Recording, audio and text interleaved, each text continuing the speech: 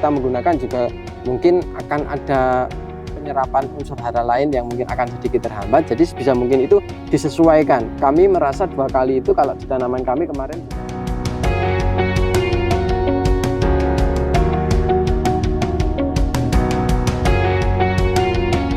Assalamualaikum warahmatullahi wabarakatuh, sahabat petani semua. Video kali ini akan membahas hal yang paling banyak ditunggu oleh sahabat petani semua. Bagaimana kondisi tanaman terkini kita setelah kemarin sempat dirusak atau bisa dikatakan rusak sangat parah. Saat ini sudah banyak perkembangannya. Video lengkapnya setelah yang satu ini.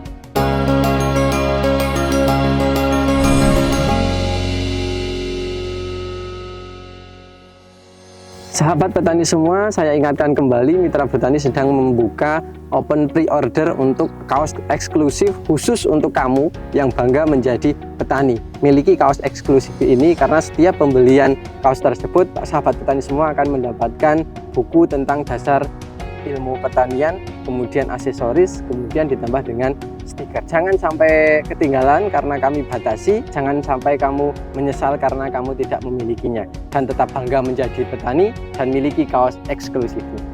Oke, baik sahabat petani semua, kembali lagi bersama saya Zaki di channel Mitra Bertani TV. Seperti yang telah saya jelaskan di awal tadi, pada kesempatan kali ini saya tengah berada di lahan absolut milik kita yang kemarin bisa dikatakan rusak sangat parah. Kerusakan itu terjadi ketika masa vegetatif menjelang generatif, di mana saat proses pembentukan bunga akhirnya menjadi terhambat.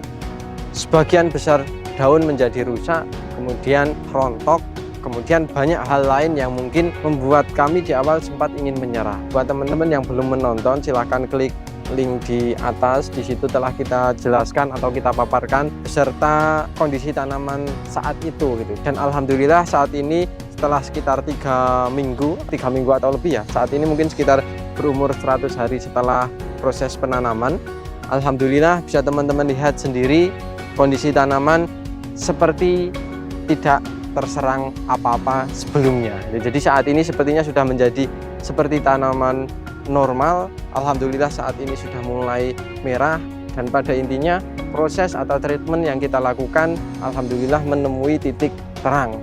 Sesuai dengan janji kami, apabila kami berhasil akan kami bagikan caranya gitu ya. Jadi sahabat petani semua, sebelum saya membagikan caranya, bisa teman-teman lihat sekarang kondisi tinggi tanaman segini ya. Ada yang mungkin di atas 150 cm, kemudian ada bawahnya atau ada yang lebih, tapi pada intinya ketinggian tanaman lumayan. Kenapa ini tidak terlalu tinggi gitu ya, tidak sampai 2 meter kayak gitu?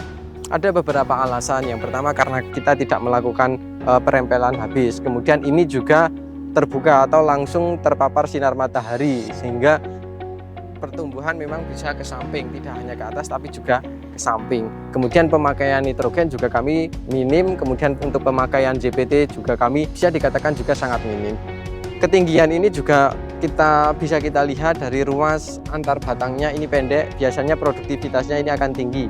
Kemudian tingkat kekuatan dari tanaman ini juga bisa dikatakan sangat tinggi gitu ya. Jadi sampai di umur sekitar 100 hari setelah tanam ini, tingkat kematian bisa dikatakan 0, sekian persen lah. Kalau saya melihat itu baru ada yang satu, itu pun juga sudah cukup lama matinya. Tapi kalau untuk saat ini meskipun cuaca lumayan cukup ekstrim, tapi alhamdulillah sampai sejauh ini masih aman.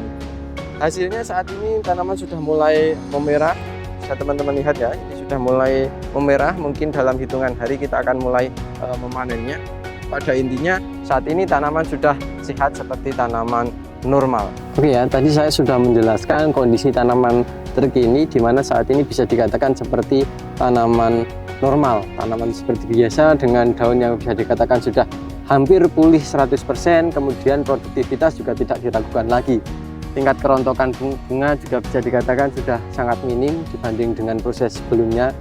Waktu itu karena ketika pas kendala itu terjadi, juga ketika digoyang kerontokan juga lumayan tinggi. Tapi saat ini alhamdulillah sudah lumayan membaik gitu ya. Nah, beberapa hal yang kita lakukan untuk memulihkan atau menjaga asa supaya potensi keberhasilan kita masih tetap ada, itu coba kami lakukan.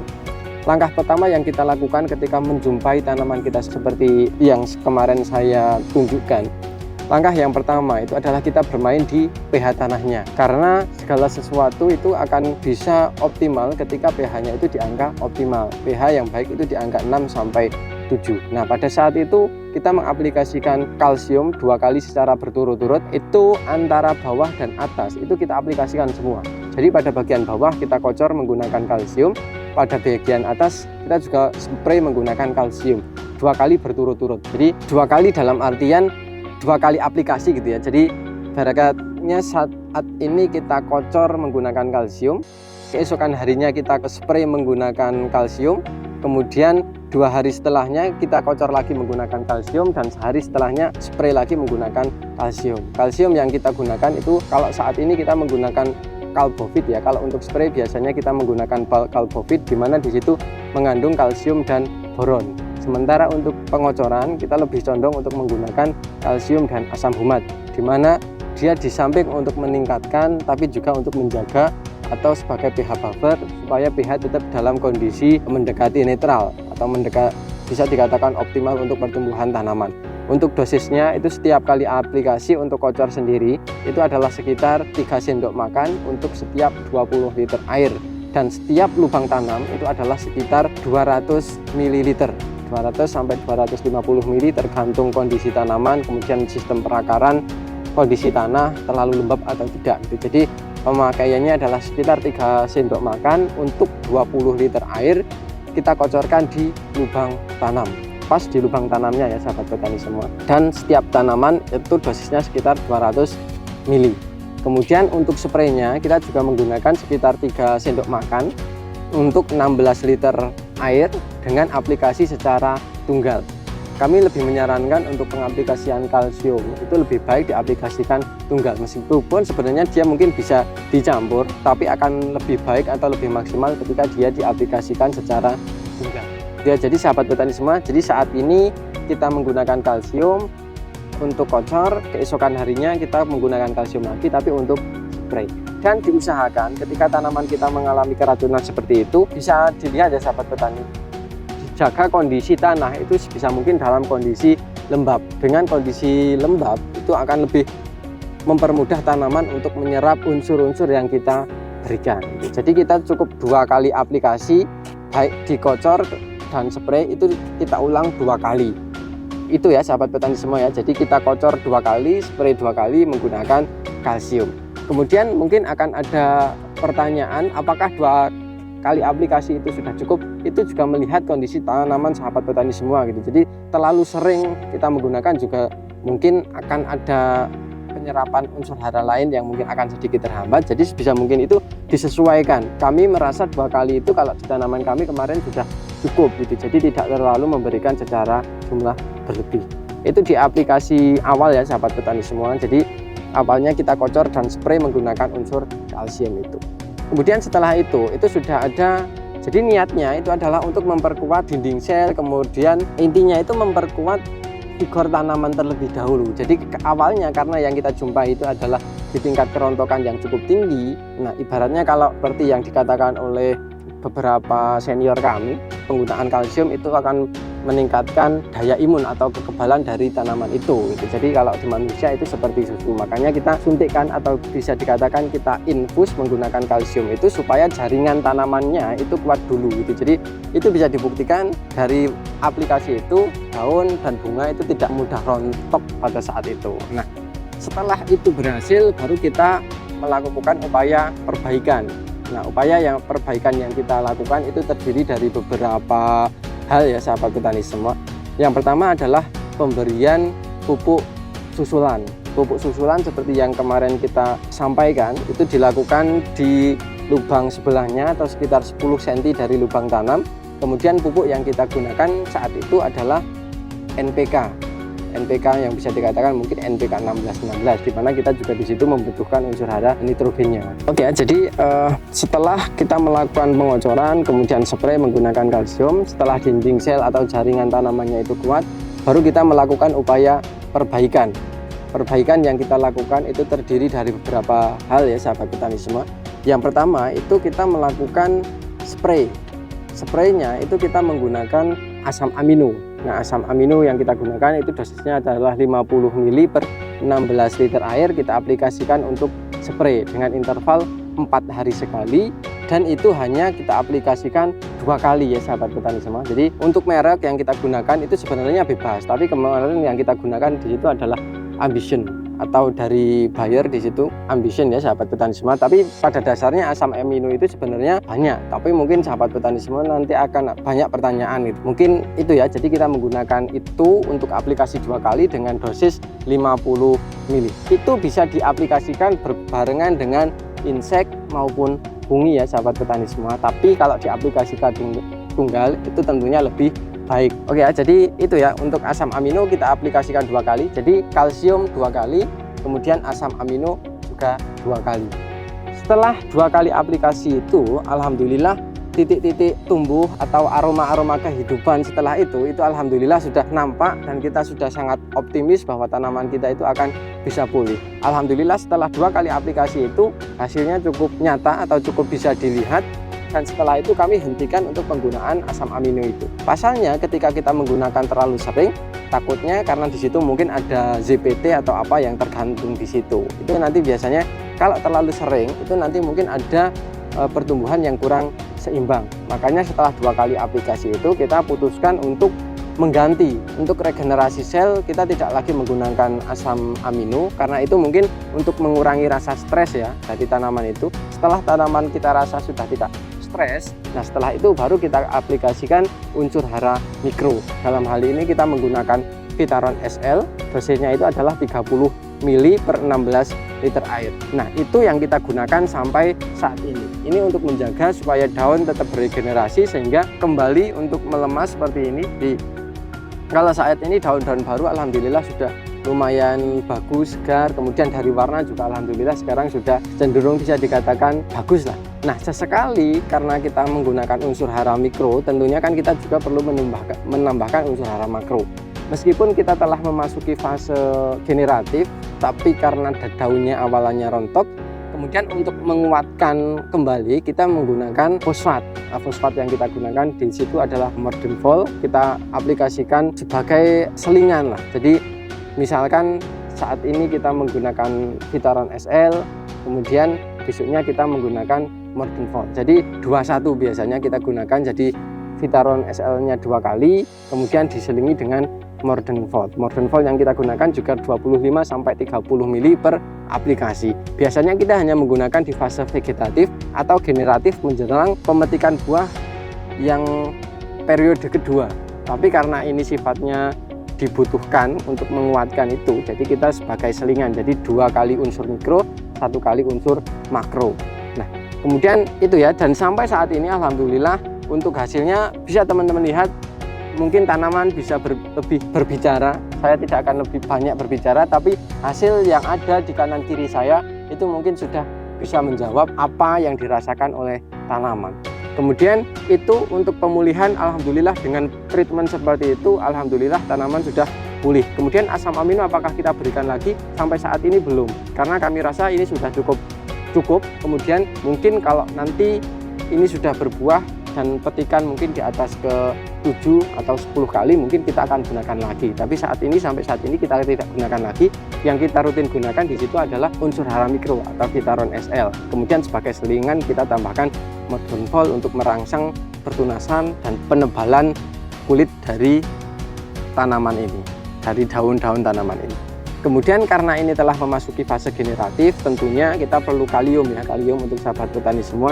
Kalium untuk menguatkan, meningkatkan keberhasilan bunga menjadi buah, kemudian untuk menambahkan kekuatan atau ketebalan dari kulit buah ini, kemudian untuk menambah bobot dari buah ini juga kita menggunakan di situ adalah fosfat kalium boron. Dalam hal ini kita menggunakan kalinet, kalium cair ya. Di situ bisa teman-teman gunakan, dosisnya itu bisa 2 ml, itu adalah dosis anjurannya, atau bisa teman-teman lebihkan. Tapi pada dasarnya untuk pupuk cair seperti itu, meskipun diberikan dalam jumlah yang banyak, tentunya masih dalam batasan ya, itu masih bisa memberikan hasil yang optimal, bahkan bisa dikatakan signifikan.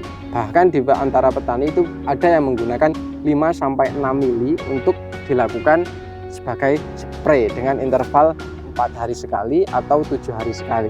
Mungkin itu ya sahabat petani semua untuk pupuk spray yang kita gunakan sampai saat ini. Kemudian untuk insek dan fungi mungkin saya tidak akan terlalu membahas detail, karena ini kalau insek dan fungi biasanya kita sesuaikan dengan kondisi tanaman ya. Jadi tidak melulu kita harus menggunakan apa-apa, tapi bisa disesuaikan dengan lingkungan, kemudian dengan tanaman, kemudian juga perlu kita perhatikan supaya tanaman atau patogen penyakit itu tidak resisten. Jadi perlu pemutaran bahan aktif atau golongan seperti insek maupun funginya. Jadi pada sekali ini kita tidak sampaikan karena bahannya biasanya cenderung sama lah yang kita gunakan, tidak terlalu macam-macam. Yang kita fokuskan di situ adalah di nutrisinya. Oke, itu untuk fase generatif. Sampai saat ini kita masih menggunakan bahan-bahan yang tadi saya sampaikan. Kemudian untuk pada bagian bawah, karena ini sudah memasuki fase generatif dan buahnya ini sangat banyak ya, bakal bunga dan bakal buahnya bisa dikatakan sangat banyak, perlu kita menyeimbangkan antara jumlah yang ada dengan nutrisi yang kita berikan, itu juga jumlahnya harus seimbang atau sejajar sehingga bunga dan buah itu lebih cenderung berhasil. Makanya kita tidak hanya mengaplikasikan via atas, tapi kita juga melakukan pupuk susulan. Pupuk susulannya sendiri ini mungkin sedikit beda dengan yang disampaikan oleh Profesor Udin ya. Jadi untuk pupuk susulan ini kita modifikasi, kita tidak menggunakan NPK karena intensitas hujan sudah lumayan sering. Jadi kita cukup sedikit khawatir lah kalau kita terlalu memberikan NPK yang masih mengandung nitrogen. Kita di sini menggunakan 2 bahan, yaitu 3 bahan, mohon maaf. Jadi kita untuk pupuk susulan di lubang susulan yang jaraknya adalah sekitar 10 cm, itu kita berikan yang pertama adalah KCl, kemudian kita aplikasi tambah dengan Vertipos, itu kandungan utamanya adalah fosfat, kemudian kita mix dengan asam humat. Perbandingannya adalah 1:1 untuk pupuk kimianya, kemudian untuk asam humatnya itu bebas. Misalkan 10 kilo Vertipos kita aplikasikan dengan 10 kilo KCl, kemudian untuk asam humatnya kita bisa pakai 1 on. Itu ya sahabat petani semua. Jadi pupuknya 3 bahan itu dengan perbandingan 1:1, kemudian untuk asam humat itu bisa disesuaikan. Pada dasarnya semakin banyak itu semakin bagus. Kenapa kita sudah menggunakan pupuk kimia tapi kita menggunakan asam humat? Tujuannya adalah untuk menjaga supaya pupuk kimia yang kita berikan itu tidak terlalu meninggalkan residu di dalam tanah. Oke, kemudian untuk dosis per tanaman atau per tumbang tanam itu adalah sekitar 1 sendok makan dengan interval pemberian sekitar 20 hari sekali. Kemudian kalau Mas Udin biasanya kan di lubang tanam itu mengocor menggunakan fungisida. Mungkin sahabat petani semua bisa meniru apabila khawatir tanaman itu akan layu, kemudian merasa di bagian bawah itu kurang dari agensi hayatinya. Tapi karena kami merasa bahwa tanah kami ini sebenarnya cukup sesuai, kemudian melihat dari kelayuan itu juga tidak terlalu banyak, jadi kita tidak terlalu, setelah pemupukan susulan itu kita tidak mengocor menggunakan fungisida, tapi kita biasanya lebih menggunakan agensi hayati. Nah, agensi hayati yang kita gunakan itu adalah yang pertama adalah Trichoderma atau merek dagangnya adalah Biosigma, kemudian ditambah dengan asam humat. Nah, itu perbandingannya adalah masing-masing itu sekitar 2-3 sendok untuk setiap 20 liter air gitu ya. Jadi setelah kita melakukan pemberian pupuk susulan itu diberikan di lubang susulan. Kemudian kalau untuk kocor itu dilakukan di lubang tanamnya untuk kocor agensi hayati yang tadi saya sampaikan. Mungkin itu ya sahabat petani semua yang bisa kami sampaikan pada kesempatan kali ini. Sebelum saya akhiri, saya akan mencoba menyimpulkan. Yang pertama, ini adalah tanaman cabai absolut kita yang bisa dikatakan awalnya sempat mengalami kendala parah, dan ini bisa mungkin seperti sahabat petani semua yang mengalami overdosis penggunaan pestisida atau mungkin keracunan bahan lain. Kita alhamdulillah bisa memulihkan kembali dengan beberapa ikhtiar. Yang pertama dengan penggunaan kalsium baik kocor maupun spray dengan interval 3-4 hari sekali secara beruntun dengan aplikasi secara tunggal.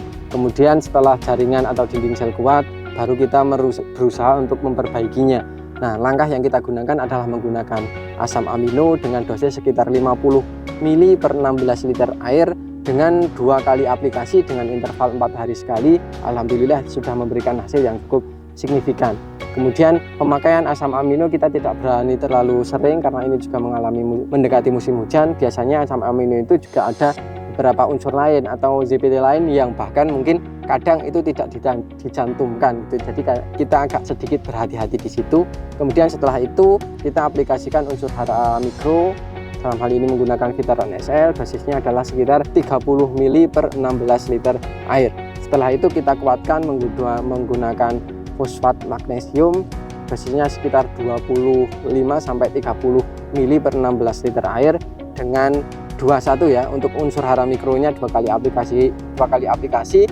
Setelah itu diganti menggunakan unsur hara makro itu 1 kali. Kemudian untuk menunjang proses pembentukan bunga dan buah, kita menggunakan fosfat kalium boron untuk via spray dengan dosis sekitar 2 sampai 3 ml per liter air dengan interval 4 sampai 7 hari sekali. Kemudian pada bagian bawah kita menggunakan fosfat dan kalium yang dilapisi dengan asam humat. Kemudian untuk menjaga tanaman atau menghindari dari kelayuan, usahakan pH dalam kondisi mendekati netral. Kemudian bisa ditambahkan agensi hayati seperti trichoderma yang kita aplikasikan. Mungkin itu ya sahabat petani semua, dari video ini kami merasa sangat bahagia atau sangat bersyukur setelah kita mengalami kendala seperti itu. Ternyata itu adalah jalan yang diberikan untuk kita untuk bisa mendapatkan ilmu yang lebih gitu. Jadi tidak ada sesuatu yang perlu kita sesali, tentunya selalu ada hikmah di setiap kejadian yang kita alami. Mungkin itu sahabat petani semua, tetap semangat dan jangan pernah menyerah, karena keberhasilan menanti sahabat petani semua yang tidak pernah menyerah. Mungkin itu yang mungkin bisa kami sampaikan. Semoga video ini bermanfaat, dan apabila video ini bermanfaat jangan lupa klik like, comment, share, dan jangan lupa subscribe untuk tidak ketinggalan info-info terbaru dari kami. Terima kasih dari saya Zaki, salam mitra petani Indonesia. Wassalamualaikum warahmatullahi wabarakatuh, dan sampai jumpa di video kami selanjutnya.